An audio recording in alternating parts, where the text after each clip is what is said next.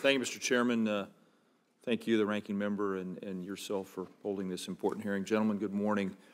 I think Senator Murkowski is asking some very important questions. I would add that I believe it's important to not only look at the short-term costs of transitioning to a more clean energy economy, but also the medium and the long-term costs if we don't.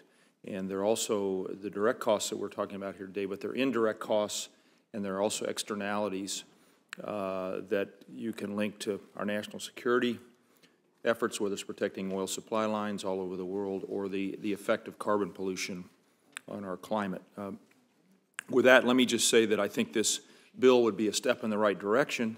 I also want to emphasize that I still support, as I know many of my colleagues, a renewable electricity standard nationally. We've had very great success in the state of Colorado with the renewable electricity standard, and I would argue, in fact, we felt less the effect of this great recession because of our energy sector's capacity to innovate, create jobs, and provide power that's less and less expensive. We all know, for example, wind now competes directly with coal. Some would argue it's actually cheaper than coal.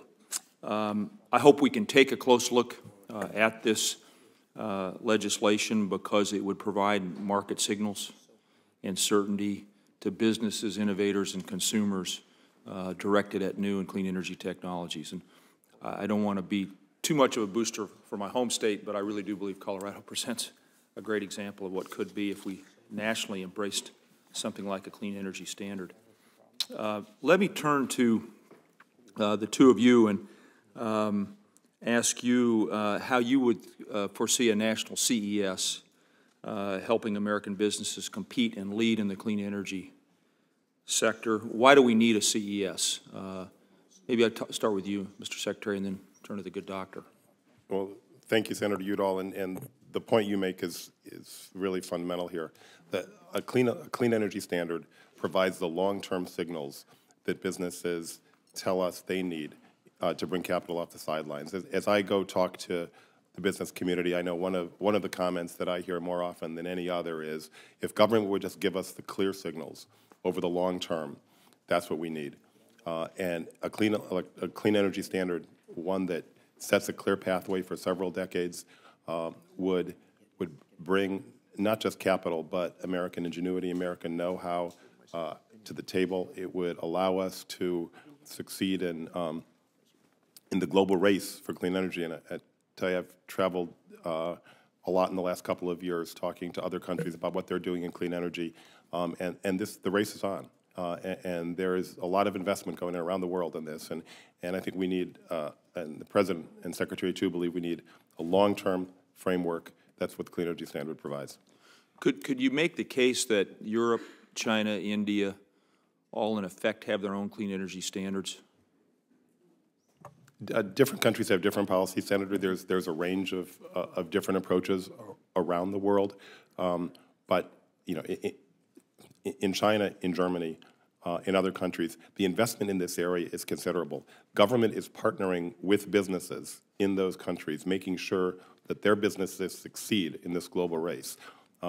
It's a challenge to us, and it's one I know we can meet, and a tool like the Clean Energy Standard will let us do it. Doctor? Yeah, I don't have that much to add on that. I would say one thing, you know, in the United States, the rate of growth of electricity demand, you know, has come down a great deal. So like when I was a child, you know, demand was growing 8–9% a year, which meant that load was doubling every 8 or 9 years. So you needed a lot of new generation of some type to meet growing demand. You know, in part because of our maturity, in part because of some of the policies that have been enacted, you know, we are not looking to very rapid demand growth in the United States. So in the United States, a lot of these technologies, if they're going to be used here, will be replacing existing technology. In China and India, that's much more like the United States was when I was a kid. You know, electricity demand growing 10–12% a year. So they need new capacity of one kind or another to meet growing demand.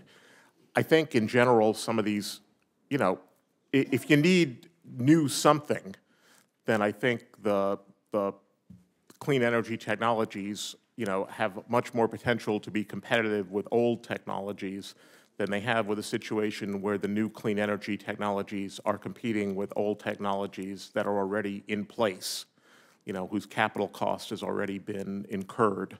So again, the issues of the externalities you raise, I certainly understand that issue.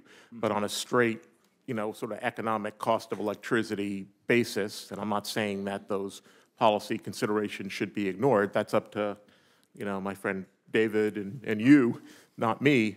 But I can tell you that the opportunity for clean energy is inherently going to be much greater in an environment where there's a tremendous growth in load than in an environment like we have, where there's very modest growth in load.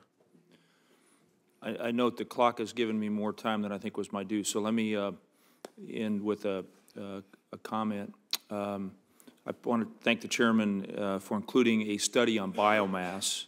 I know my colleague from New Hampshire, sitting to my right, Senator Shaheen, is very interested in biomass, and for the record would welcome your comments on both how we might include biomass in a clean energy standard, and then also we have considered how you measure efficiency gains, which speaks, Doctor, to what you were just talking about as well, and if it's possible to put efficiency into a clean energy standard, or there are other mechanisms to drive signals into the market. But again, thank you for your thoughts on this, and Mr. Chairman, thank you for holding this hearing.